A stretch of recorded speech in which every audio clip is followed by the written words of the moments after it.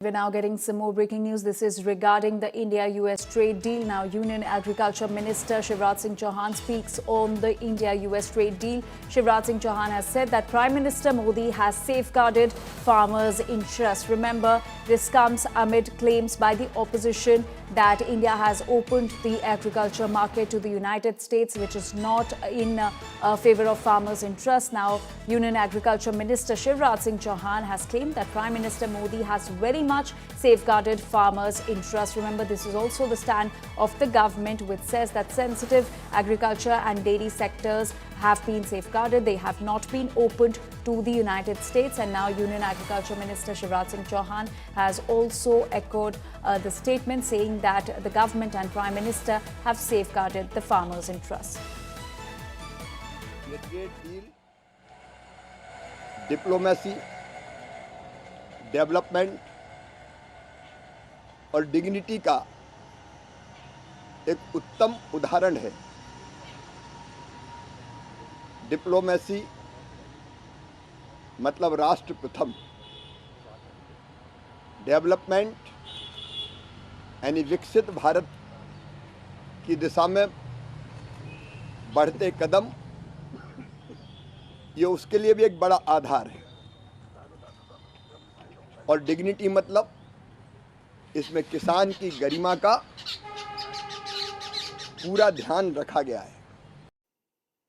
And my colleague Ravish Pal is now joining us on the story with more details. Ravish, विपक्ष ने जो ये attack किए हैं कि जो किसान हैं उनके इंटरेस्ट को ध्यान में नहीं रखा गया है इस डील में और उनको काफ़ी नुकसान होगा। इस बीच एग्रीकल्चर मिनिस्टर शिवराज सिंह चौहान ने साफ किया है कि किसानों के इंटरेस्ट को ध्यान में रख के ही ये डील की गई है और जो सेंसिटिव डेयरी सेक्टर है और एग्रीकल्चर सेक्टर है उसको नहीं खोला गया है यूएस को।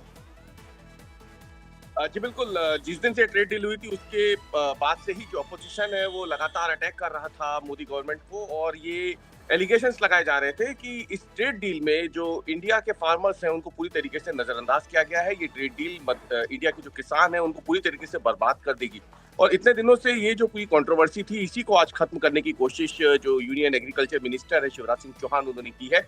उन्होंने प्रेस कॉन्फ्रेंस में साफ कर दिया है कि जो एलिगेशंस लगाए जा रहे हैं अपोजिशन की तरफ से ऐसी किसी भी तरीके की कोई वेजिटेबल्स, कोई डेयरी प्रोडक्ट्स जो हैं उसके लिए इस ट्रेड डील के बावजूद इंडियन मार्केट्स अभी नहीं खुले हैं और ना ही खोले जाएंगे। एग्रीकल्चर मिनिस्टर ने साफ कर दिया कि जो डेयरी प्रोडक्ट्स और जो एग्रीकल्चर प्रोडक्ट्स जो पहले से ही जिस पर ट्रेड डील के पहले से ही बैन लगा हुआ है वो इंडियन मार्केट्स में यूएस की तरफ से नहीं भेजी जाएंगी। ये बिल्कुल साफ कर दिया उन्होंने और ये भी साफ कर दिया कि इस ट्रेड डील का मकसद कहीं से भी देश के किसानों की बर्बादी का रास्ता खोलने का नहीं है।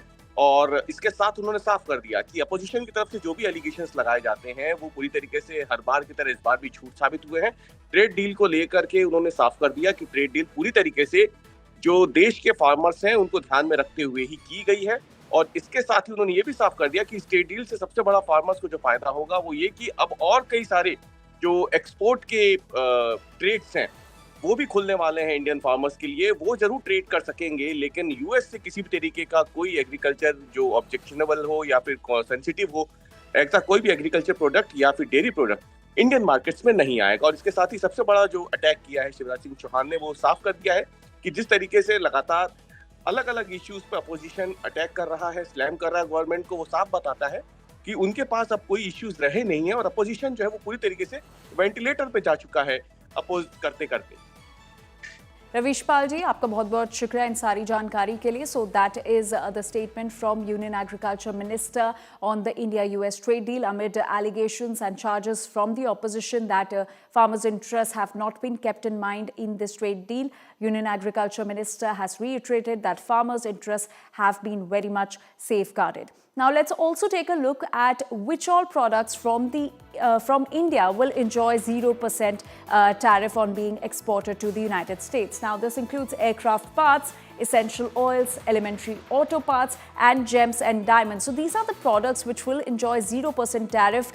So no tariff will be imposed on the export of these products, and this also includes few home decor materials, natural resources as well, watches and few minerals. So these sectors are going to enjoy 0% tariffs on being exported to the United States. So these are the Indian products which will be imposed no tariff on the export to the United States. Now let's also take a look at which all US products will be enjoying 0% tariffs. Now this includes distillers, grains, wine and alcoholic spirits, and pistachios and almonds. So these products on being imported from US to India will not be imposed any tariff. There are 0% tariff that has been imposed on these US products. This also includes life-saving medicines, which includes medicines for cancer, cardiac, neuro treatments, also organic and inorganic chemicals, as well as medical equipment and devices. But in this also there's a clause that this will be done only where it is necessary. So this 0% tariff will be applicable on only those equipments which are necessary to be imported from the United States to India.